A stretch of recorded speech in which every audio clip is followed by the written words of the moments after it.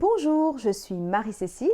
Pour cette dernière vidéo de cette série, nous allons parler action. Qu'est-ce que vous allez faire maintenant pour reprendre le piano? Est-ce que vous allez attendre encore des années avant de vous y mettre?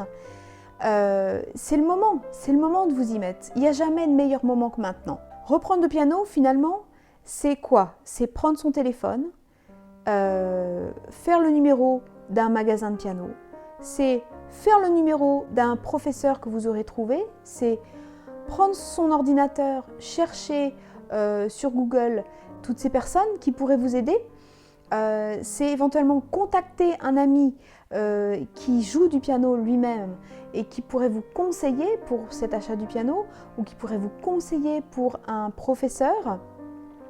Voilà, l'action n'est pas si compliquée pour démarrer. Le plus dur est toujours le premier pas. Vous allez être tellement content après de pouvoir enfin réaliser ce rêve de reprendre le piano, de vous faire plaisir. Et ne croyez pas que c'est parce que vous avez des enfants, que c'est parce que vous avez un travail, tout ça, que vous ne pouvez pas vous y remettre. Les enfants seront ravis et ça va peut-être leur donner envie aussi de s'y mettre ou de s'y remettre s'ils ont abandonné. Ou peut-être même ça peut les aider s'ils ont commencé. Donc les enfants, ce n'est pas un empêchement. Comme vous l'avez vu, le travail n'est pas un empêchement. Il y a toujours des solutions. On peut trouver aussi des pianos près de son lieu de travail. Ce ne sont pas des bons freins de se dire qu'on travaille trop. Il y a toujours possibilité d'intégrer cela dans son emploi du temps, avec bien sûr des astuces. Si pour vous ce n'est pas le moment, je vous laisse de toute façon la possibilité de lire tous les articles. Maintenant il y a plus de 100 articles sur le blog Apprendre à jouer du piano. Donc vous pouvez tout à fait vous faire une idée de la façon dont je travaille et la façon dont vous pouvez vous-même travailler sans professeur. Et vous avez déjà plein d'infos sur ce blog. Donc c'est déjà un premier pas de prendre les articles un par un et de réviser un petit peu tout ce que vous savez, de voir où vous en êtes. Vous pouvez également aller sur ma chaîne. Ma chaîne s'appelle Marie-Cécile Baritou. Voilà, juste mon nom. Vous pouvez visionner toutes ces vidéos, travailler les petits exercices que je donne.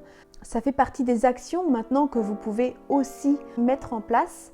C'est de suivre tout cela. Vous pouvez donc vous inscrire sur ce blog et vous allez recevoir toutes les semaines ou tous les 15 jours une vidéo, un article qui va vous aider à progresser. Et vous pouvez tout à fait aussi me poser vos questions. Vous cherchez l'article ou la vidéo qui s'appelle Posez-moi vos questions ici et vous posez votre question et j'essaierai d'y répondre dans les semaines ou dans les mois qui suivent. Tout dépend d'où j'en suis dans la liste des questions. Voilà, donc je vous laisse passer à l'action. Vous ne le regretterez pas. Je vous ai préparé un témoignage d'une élève que j'ai maintenant depuis 9 ans, je n'avais même pas réalisé que je l'avais depuis si longtemps, et qui a repris le piano alors que c'est une élève qui est en profession libérale et qui est donc très prise, et elle a réussi à s'y remettre à l'âge adulte et elle prend beaucoup de plaisir au quotidien à jouer du piano. Je vous laisse la retrouver demain dans ce témoignage. Et d'ici là, inscrivez-vous au blog, abonnez-vous à la chaîne Marie-Cécile Baritou. Vous pouvez aussi me retrouver sur les podcasts de iTunes en cherchant Apprendre à jouer du piano. Vous avez là plein de contenus gratuits que vous pouvez retrouver et progresser avec. Donc je vous laisse à demain pour le témoignage. Au revoir.